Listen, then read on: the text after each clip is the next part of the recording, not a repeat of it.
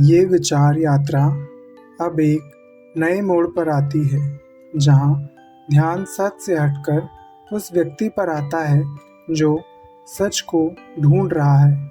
क्योंकि किसी भी गहरी समझ की शुरुआत तब होती है जब व्यक्ति खुद को समझने की कोशिश करता है।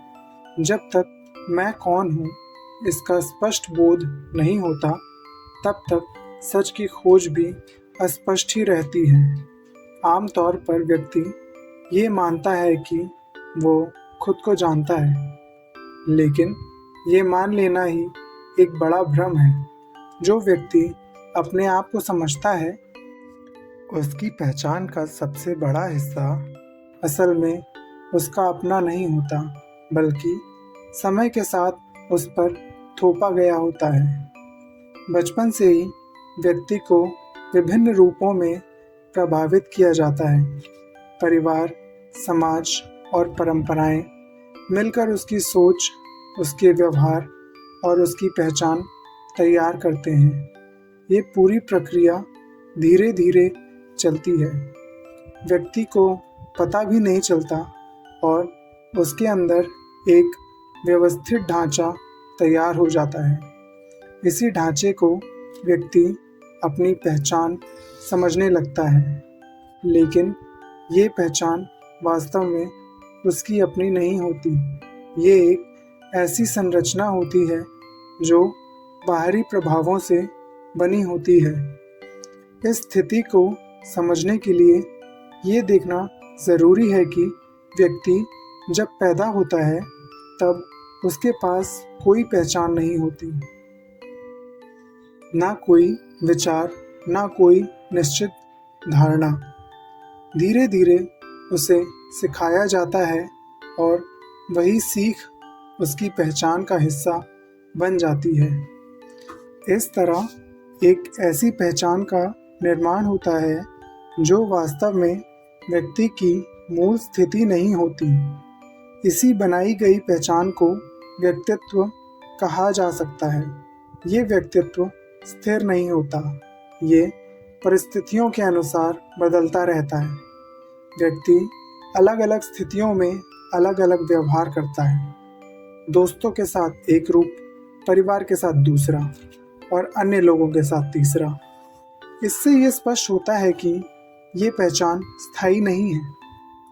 इसके विपरीत व्यक्ति के अंदर एक और पहलू होता है जो बदलता नहीं। ये उसका मूल स्वरूप है।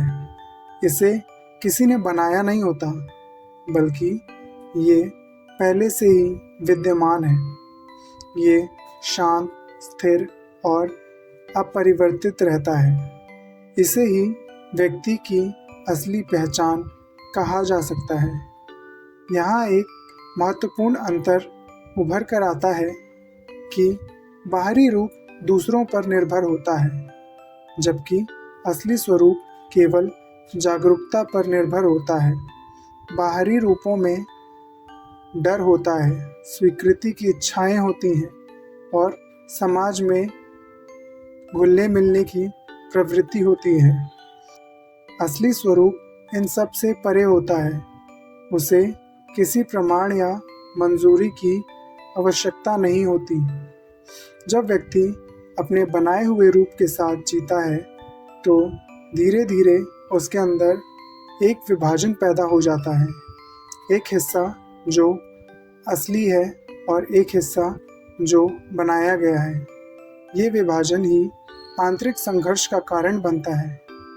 व्यक्ति के अंदर अशांति इसी वजह से होती है क्योंकि वो अपने मूल स्थिति के विरुद्ध जी रहा होता है। ये स्थिति व्यक्ति को बाहर से सही दिखने देती है, लेकिन अंदर से वो अस्पष्ट और अशांत रहता है। इसीलिए केवल व्यवहार को सुधारना या ऊपर ऊपर से बदलाव लाना काफ़ी नहीं होता। वास्तविक परिवर्तन तब आता है जब व्यक्ति अपने असली स्वरूप को पहचानता है। इस प्रक्रिया में एक कठिन पहलू भी है। बनाई गई पहचान को छोड़ना आसान नहीं होता, क्योंकि वही व्यक्ति को सुरक्षा और एक स्थिर भावना देती है। उसके बिना व्यक्ति खुद को असुरक्षित और असहज महसूस करता है, लेकिन यही असहजता एक महत्वपूर्ण चरण है, क्योंकि इसी के माध्यम से व्यक्ति अपने असली स्थिति की तरफ बढ़ता है। ये समझ धीरे धीरे व्यक्ति को ये बताती है कि सुधार करना समाधान नहीं है। सुधार केवल बाहरी रूप को और मजबूत बनाता है। वास्तविक आवश्यकता खोज की है, जहाँ व्यक्ति अपने अस्तित्व को सीधे अनुभव करता है। जब व्यक्ति अपने अंदर की तरफ देखना शुरू करता है, तो धीरे धीरे बनाई गई परतें कमज़ोर पड़ने लगती हैं। उनके पीछे जो स्थिर और शांत अस्तित्व है, वो प्रकट होने लगता है। ये अनुभव किसी शब्द या तर्क पर आधारित नहीं होता, बल्कि सीधी अनुभूति पर आधारित होता है। इसी बिंदु पर एक और बात स्पष्ट होती है। जो लोग अपने असली स्वरूप से जीते हैं, उनकी अभिव्यक्ति अलग होती है।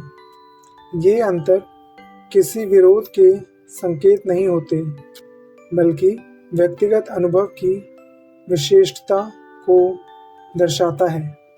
उनके शब्दों में अंतर हो सकता है, लेकिन उनका मूल एक ही होता है। इस प्रकार पहले जो अंतर विरोध जैसा लगता है, वह वास्तव में विविधता होती है। ये विविधता सच के विरुद्ध नहीं होती, बल्कि उसके विस्तार का प्रमाण होती है।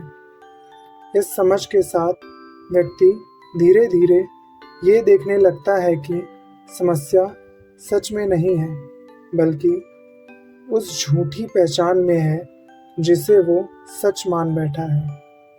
अंत में एक महत्वपूर्ण बोध उभर कर आता है कि व्यक्ति वह नहीं है जो वो अपने बारे में सोचता है। ये बोध ही भ्रम में पहली दरार डालता है, और इसी दरार के माध्यम से व्यक्ति के अंदर एक नई रोशनी प्रवेश करने लगती है, जो उसे धीरे धीरे अपने असली स्वरूप की ओर ले जाती है।